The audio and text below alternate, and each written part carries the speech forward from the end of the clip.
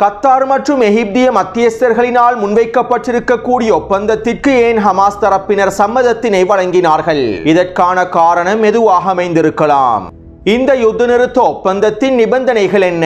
இந்த நிபந்தனைகள் மூலமாக காசாவிலே நிரந்தர யுத்த நிறுத்தத்தினை ஏற்படுத்த முடியுமா? மேலும் இந்த ஒப்பந்தத்திலே இருக்கக்கூடிய முக்கியமான பிரச்சனைகள் என்ன? இந்த ஒப்பந்தத்தினை ஹமாஸ் தரப்பினர் சாதகமாக பயன்படுத்த முடியுமா? ஈரானிய சீர்திருத்த முன்னணியும் ஈரானிய ஜனாதிபதியின் சீர்திருத்த அரசாங்கமும் முன்வைத்திருக்கக்கூடிய அறிக்கைகளும் கோரிக்கைகளும் ஏற்பட்டிருக்கக்கூடிய முறுகல் நிலைமைகளும், சிரியாவிலே ஆரம்பமாக போகும் அடுத்த மோதல்களும், சிரியாவின் வளங்களை திட்டமிட்டு கொள்ளையடிக்கும் சிரியாவினுடைய பொருளாதாரத்தினை கொள்ளையடிக்கும் தம்பி ஜூலானியும் ஜூலானியினுடைய தம்பியும்,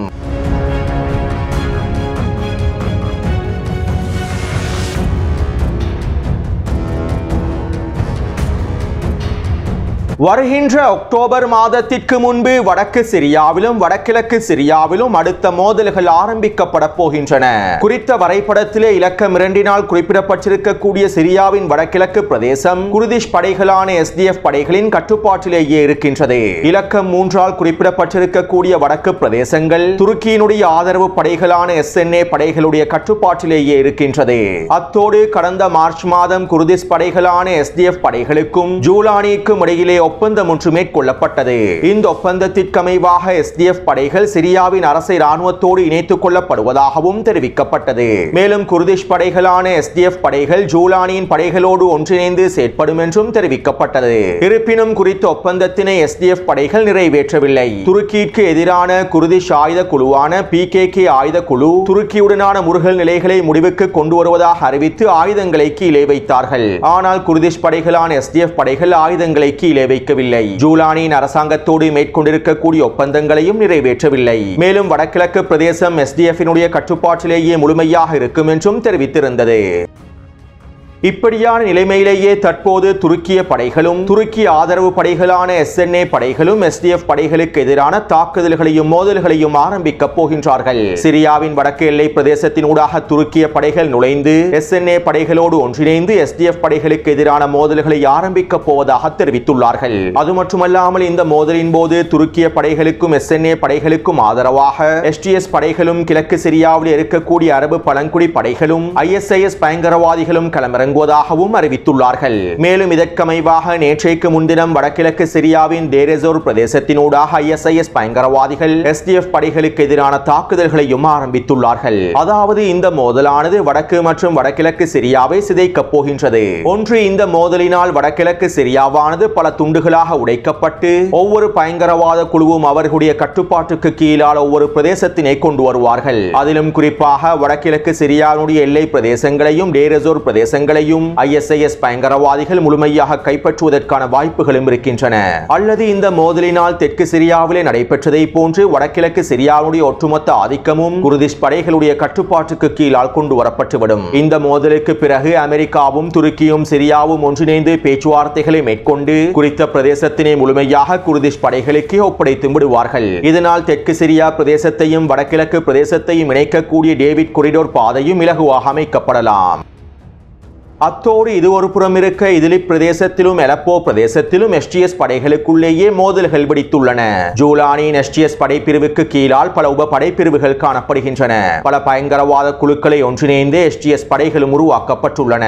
மேலும் இந்த STS படையிலே வெளிநாட்டு பயங்கரவாதிகளும் அதிகமாக காணப்படுகின்றார்கள். துர்க்மெனிஸ்தான், தஜிகிஸ்தான் போன்ற பிரதேசங்களில் இருக்கக்கூடிய பயங்கரவாதிகளும் STS படைப்பிரிவுக்கு கீழால் இணைக்கப்பட்டுள்ளார்கள். இப்படியான நிலைமையிலேயே தற்போது STS படைப்பிரிவில் இருக்கக்கூடிய சிரியர்களுக்கும் வெளிநாட்டவர்களுக்கும் இடையிலேயே மோதல்கள் வெடித்துள்ளன.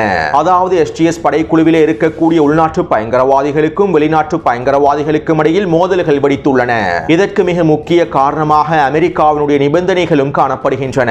அதாவது சிரியா மீதான பொருளாதார தடைகளை முழுமையாக நீக்குவதற்கு அமெரிக்கா விதித்திருக்கக்கூடிய நிபந்தனைகளில் சிரியாவுக்குள்ளே இருக்கக்கூடிய வெளிநாட்டு பயங்கரவாதிகள் வெளியேற்றப்பட வேண்டும் என்றும் அல்லது அவர்கள் நடுநிலையாக்கப்பட வேண்டும் என்றும் நிபந்தனைகள் முன்வைக்கப்பட்டிருந்தன. இந்த அமெரிக்காவின் சிரியாவின் நிபந்தனைகளை முழுமையாக நடைமுறைப்படுத்தும் நோக்கத்தோடு STS படையிலே இருக்கக்கூடிய வெளிநாட்டு பயங்கரவாதிகளை வெளியேற்றுவதற்கான வேலை திட்டங்களையும் அவர்களை நடுநிலையாக்குவதற்கான வேலை திட்டங்களையும் மேற்கொண்டுள்ளது. இதனாலேயே தற்போது உள்ளூர் பயங்கரவாதிகளுக்கும் வெளிநாட்டு பயங்கரவாதிகளுக்கும் இடையில் மோதல் வெடித்துள்ளன. இதே போன்று எலப்போ பிரதேசத்திலே STS-இனுடைய உள்நாட்டு படைகளுக்கு இடையிலும் மோதல்கள் வெடித்துள்ளன. எலப்போ பிரதேசத்தில் ஏற்பட்டிருக்கக்கூடிய அதிகார மோதலின் காரணமாகவே இந்த உள்நாட்டு படைகளுக்குள்ளும் மோதல்கள் வெடித்திருப்பதாக தெரிவிக்கப்படுகின்றது.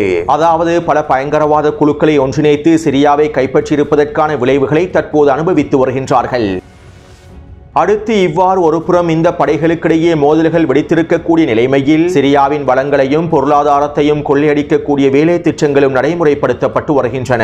அதாவது ஜூலானியினுடைய அரசாங்கம் சிரியாவினுடைய பொருளாதாரத்தை சீர்திருத்தவில்லை. ரகசிய உயரடுக்கு குழுக்களால் சிரியாவின் பொருளாதாரம் கட்டுப்படுத்தப்பட்டு கொள்ளையடிக்கப்படுகின்றது என விசாரணை அறிக்கைகள் வெளியாகியுள்ளன. இதற்கு பின்னால் ஜூலானியின் சகோதரன் ஹசேம் அல் ஷாராவும் ஆஸ்திரேலியாவினால் பயங்கரவாதியாக அடையாளப்படுத்தப்பட்டிருக்கக்கூடிய ஆஸ்திரேலியா தொழிலதிபர் ஆப்ரஹாம் ஷுக்ரியும் இருப்பதாக விசாரணை அறிக்கைகள் குறிப்பிடுகின்றன.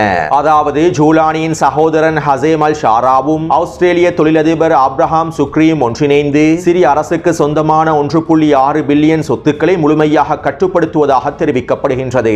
அசாதின் ஆட்சியின் போது அசாதோடு இணைந்து செயற்பட்ட நிறுவனங்கள் உட்பட பல தொழிற்சாலைகளுடனான தொடர்புகளையும் இவர்கள் ஏற்படுத்தியுள்ளார்கள். கடந்த 2 மாதங்களுக்கு முன்பு சிரியாவின் மேற்கு துறைமுகமான டோட்டஸ் துறைமுகம் ஐக்கிய அரபு அமீரகத்திற்கு வழங்கப்பட்டது. 800 மில்லியன் டாலர்கள் பெறுமதி அளவிலான ஒப்பந்தத்தினை மேற்கொண்டு இந்த துறைமுகமானது ஐக்கிய அரபு அமீரகத்திற்கு வழங்கப்பட்டது. மேலும் இந்த ஒப்பந்தத்தின் மூலமாக ஜூலானியின் சகோதரர் ஹசேன் அல் ஷாராவும் ஆப்ரஹாம் ஷுக்ரியும் ஐக்கிய அரபு அமீரகத்தோடு பல வியாபாரங்களையும் மேற்கொண்டுள்ளார்கள். மேலும் இந்த வியாபாரங்கள் சிரியாவின் அரசாங்கத்திற்கு கீழால் கொண்டு வரப்படக்கூடிய வியாபாரங்கள் அல்ல. சிரியாவின் சட்டத்திட்டங்களோடு சம்பந்தப்படாமலேயே இந்த வியாபாரங்கள் மேற்கொள்ளப்பட்டுள்ளன.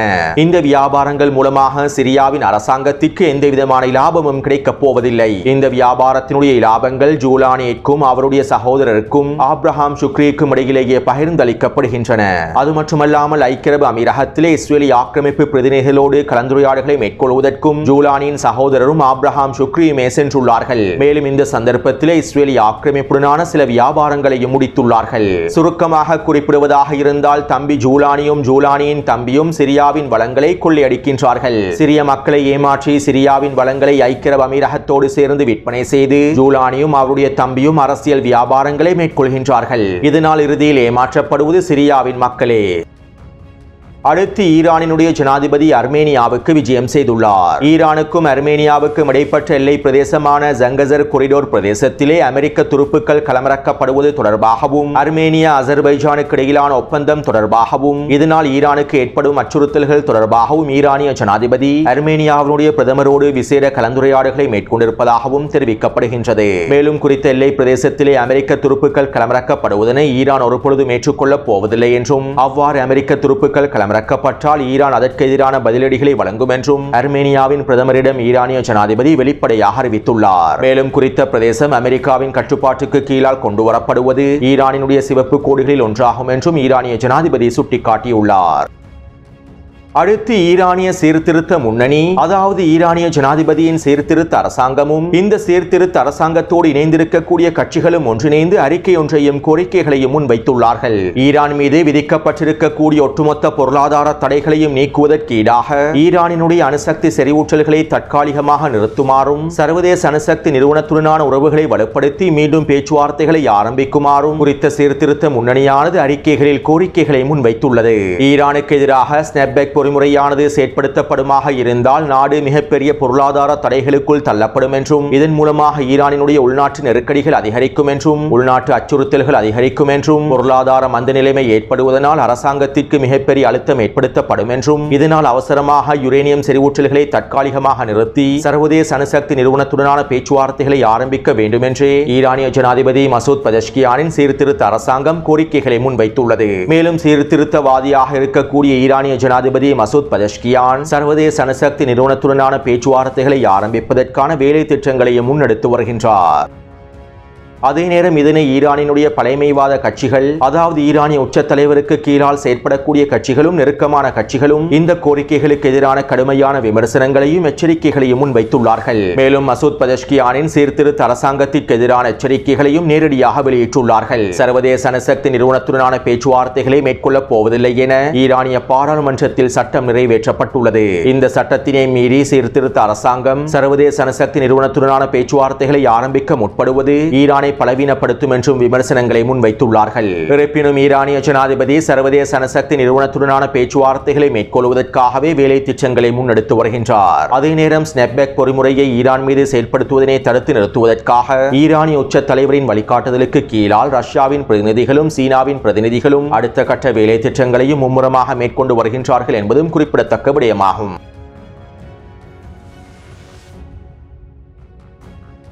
நேற்றைய தினம் கத்தாரிய பிரதமர் எகிப்துக்கு விஜயம் செய்து எகிப்திய தலைமைகளோடு விசேட கலந்துரையாடல்களை மேற்கொண்டிருந்தார். கத்தாரும் எகிப்தும் ஒன்றிணைந்து முன்வைத்திருக்கக்கூடிய காசாவின் யுத்த நிறுத்த முன்மொழிவு தொடர்பாகவே இந்த கலந்துரையாடல்கள் மேற்கொள்ளப்பட்டிருந்தன.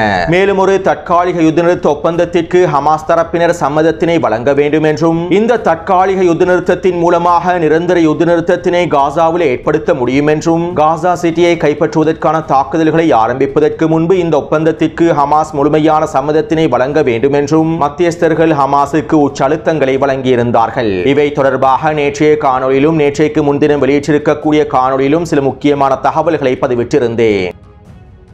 இப்படியான நிலைமையிலேயே நேற்றிரவு ஹமாஸ் தரப்பினர் கத்தார் மற்றும் எகிப்தினால் முன்வைக்கப்பட்டிருக்கக்கூடிய குறித்த ஒப்பந்தத்திற்கான பதில்களை வழங்கினார்கள். மத்தியஸ்தர்களினால் முன்வைக்கப்பட்டிருக்கக்கூடிய இந்த ஒப்பந்தத்திற்கான சம்மதத்தினை வழங்குகின்றோம் என ஹமாஸினுடைய தலைமைகள் தெரிவித்தார்கள். கத்தார் மற்றும் எகிப்திய மத்தியஸ்தர்களினால் முன்வைக்கப்பட்டிருக்கக்கூடிய இந்த ஒப்பந்தமானது 60 நாட்களுக்கு காசாவிலே யுத்த நிறுத்தத்தினை ஏற்படுத்தக்கூடிய ஒரு தற்காலிக யுத்த நிறுத்த ஒப்பந்தமாகும். மேலும் இந்த யுத்த நிறுத்த ஒப்பந்தம் நடைமுறைப்படுத்தப்பட்டு முதலாவது நாளிலேயே காசாவில் நிரந்தர யுத்த நிறுத்தத்தினை ஏற்படுத்துவதற்கான பேச்சுவார்த்தைகள் ஆரம்பிக்கப்படும் என்றும் தெரிவிக்கப்பட்டுள்ளது. மேலும் குறித்த ஒப்பந்தத்திற்கான சர்வதேச உத்தரவாதம் வழங்கப்பட வேண்டும் என்றும், ஐநாவின் மூலமாக குறித்த ஒப்பந்தத்திற்கான உத்தரவாதங்கள் வழங்கப்பட வேண்டும் என்றும், இந்த உத்தரவாதத்தில் அமெரிக்கா, ரஷ்யா மற்றும் சீனா ஆகிய நாடுகளும் இணைத்துக் கொள்ளப்பட வேண்டும் என்றும், மீண்டும் காசாவிலே போர் ஆரம்பிக்கப்படக்கூடாது, இந்த ஒப்பந்தத்தில் இருக்கக்கூடிய நிபந்தனைகள் முழுமையாக நிறைவேற்றப்பட வேண்டும் என்றும் சர்வதேச உத்தரவாதம் கிடைக்கப்பெற வேண்டும் என ஹமாஸ் தரப்பினரும் கோரிக்கை விடுத்துள்ளார்கள். மேலும் இந்த ஒப்பந்தத்திற்கான சர்வதேச உத்தரவாதம் வழங்கப்படும் என்றும் கத்தார் மற்றும் எகிப்திய மத்தியஸ்தர்களும் தெரிவித்துள்ளார்கள்.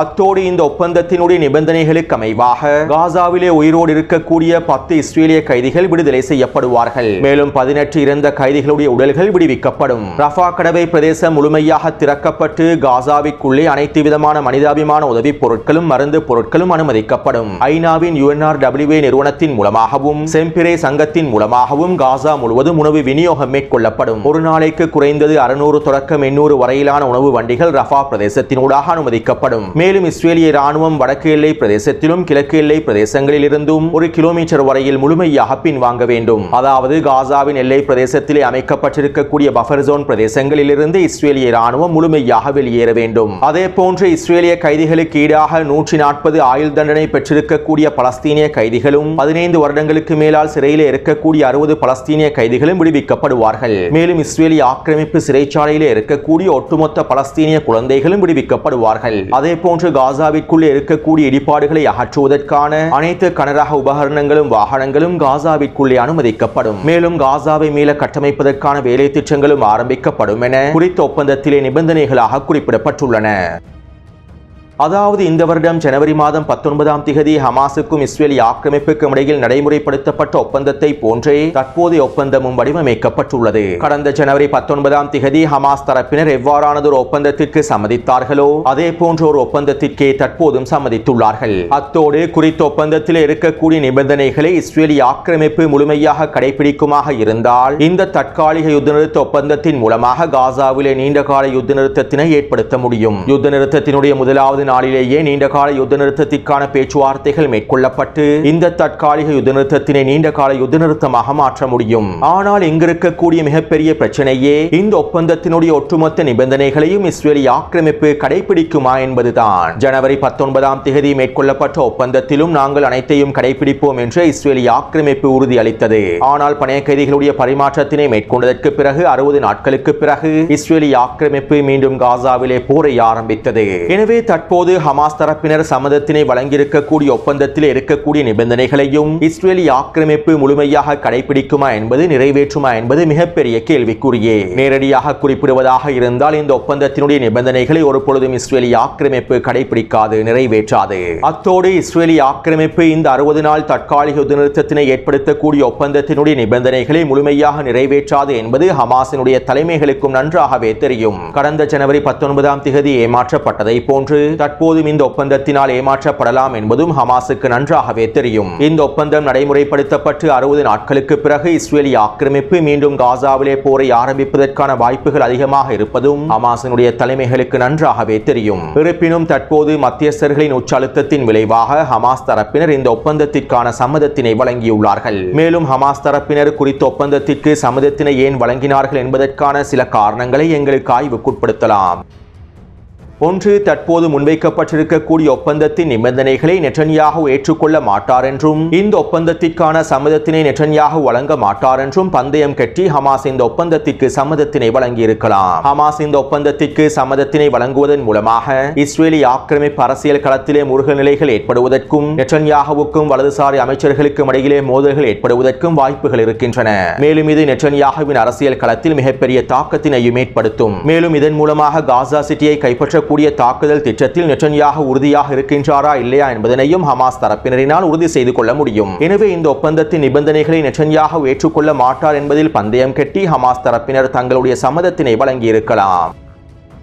இரண்டாவது, காசா சிட்டி பிரதேசத்தினை கைப்பற்றுவதற்கான தாக்குதல்களை இஸ்ரேலிய ஆக்கிரமிப்பு ஆரம்பிப்பதற்கு முன்பு ஒரு இடைவெளியை ஏற்படுத்துவதற்கு ஹமாஸ் தரப்பினர் திட்டமிட்டிருக்கலாம். காசா சிட்டியை கைப்பற்றுவதற்கான தாக்குதல்கள் மிக நீண்ட போராகவே அமைந்திருக்கும். கிட்டத்தட்ட 6 மாதங்களுக்கு மேலாக இந்த போர் தொடருவதற்கான வாய்ப்புகள் இருக்கின்றன. எனவே இந்த நீண்ட உச்ச போரை ஆரம்பிப்பதற்கு முன்பு ஒரு இடைவெளியை பெற்றுக் கொள்வதற்கு ஹமாஸ் தரப்பினர் திட்டமிட்டிருக்கலாம். இந்த இடைவெளி காலப்பகுதிக்குள்ளே காசாவிற்குள் அனைத்து விதமான உணவுப் பொருட்களையும் அனுமதித்து பலஸ்தீனிய மக்களின் பட்டினியை முடிவுக்கு கொண்டு வரலாம். மேலும் இதன் மூலமாக இஸ்ரேலிய ஆக்கிரமிப்பின் உணவு விநியோக திட்டங்களை தோல்வியடைய செய்து ரஃபாவிலே அமைக்கப்பட போகின்ற மனிதாபிமான நகர வேலை திட்டங்களையும் தோல்வியடைய செய்யலாம். பலஸ்தீனிய மக்களுடைய பட்டினியை ஓரளவு குறைத்து நீண்ட போருக்கு பலஸ்தீனிய மக்களை தயார்படுத்துவதற்கான வேலை திட்டங்களை மேற்கொள்ளலாம். எனவே வடக்கு காசாவின் இறுதிப் போரை ஆரம்பிப்பதற்கு முன்பு ஒரு இடைவெளியை பெற்றுக் கொள்வதற்காக ஹமாஸ் தரப்பினர் இந்த ஒப்பந்தத்திற்கான சம்மதத்தினை வழங்கியிருக்கலாம். மூன்றாவது, வடக்கு காசாவிலே நிலைமைகள் மோசமாக இருந்து பலஸ்தீனிய போராளிகள் பலவீனமடைந்திருக்கலாம். காசா சிட்டி பிரதேசத்தினை கைப்பற்றக்கூடிய இஸ்ரேலிய ஆக்கிரமிப்பின் தாக்குதல்களை முழுமையாக முறியடிக்க முடியாது என்கின்ற கணிப்புகளை மேற்கொண்டிருக்கலாம். தற்போதைய சூழ்நிலையில் காசா சிட்டியை கைப்பற்றக்கூடிய தாக்குதல்களை இஸ்ரேலிய ஆக்கிரமிப்பு ஆரம்பித்தால் பலஸ்தீனிய போராளிகள் தோல்வியடைவதற்கான வாய்ப்புகள் இருப்பதனை இவர்கள் கணித்திருக்கலாம். அல்லது காசா சிட்டியை இஸ்ரேலிய ஆக்கிரமிப்பு முழுமையாக கைப்பற்றிக் கொண்டால் பலஸ்தீனிய மக்கள் காசாவிலிருந்து வெளியேற்றப்படுவதற்கான வாய்ப்புகள் அதிகரிக்க என்பதனையும் கணித்திருக்கலாம். எனவே இந்த பலவீனமான காரணங்களினால் இந்த தற்காலிக யுத்த நிறுத்த ஒப்பந்தத்திற்கு ஹமாஸ் தரப்பினர் சம்மதத்தினை வழங்கியிருக்கலாம். எனவே ஹமாஸ் தரப்பினர் இந்த ஒப்பந்தத்திற்கு ஏன் சம்மதத்தினை வழங்கினார்கள் என்பதற்கான இந்த 3 காரணங்களையும் எங்களுக்கு ஆய்வுக்குட்படுத்த முடியும். அத்தோடு இந்த காரணங்களில் இறுதியாக கூறப்பட்ட 3வது காரணம் இருப்பதற்கான வாய்ப்புகள் குறைவாகவே இருக்கின்றன. பலஸ்தீனிய போராளிகள் பலவீனமான நிலையில் இருப்பதற்கான வாய்ப்புகள் குறைவாகவே இருக்கின்றன. வடக்கு காசாவிலே இஸ்ரேலிய ஆக்கிரமிப்பு காசா சிட்டியை முழுமையாக கைப்பற்றுவதற்கான வாய்ப்புகள் குறைவாகவே இருக்கின்றன. எனவே நாங்கள் பொறுத்திருந்து பார்ப்போம். இஸ்ரேலிய ஆக்கிரமிப்பு குறித்த ஒப்பந்தத்திற்கான பதில்களை இன்னும் முழுமையாக வெளியிடவில்லை. ஹமாஸ் தரப்பினர் மாத்திரமே தற்போது குறித்த ஒப்பந்தத்திற்கான பதில்களையும் சம்மதத்தையும் வழங்கியுள்ளார்கள். இன்றிரவு அல்லது நாளைய தினம் குறித்த ஒப்பந்தம் தொடர்பான பேச்சுவார்த்தைகள் இஸ்ரேலிய ஆக்கிரமிப்பு போர் அமைச்சரவையில் மேற்கொள்ளப்பட்டு இஸ்ரேலிய ஆக்கிரமிப்பு அதனுடைய இறுதி முடிவை அறிவிக்கும் என்றும் எதிர்பார்க்கப்படுகின்றது. எனவே இந்த காணொளி தொடர்பான கருத்துக்களை பதிவிடுங்கள். தொடர்ந்தும் என்னுடன் இணைந்திருங்கள். நன்றி, வணக்கம்.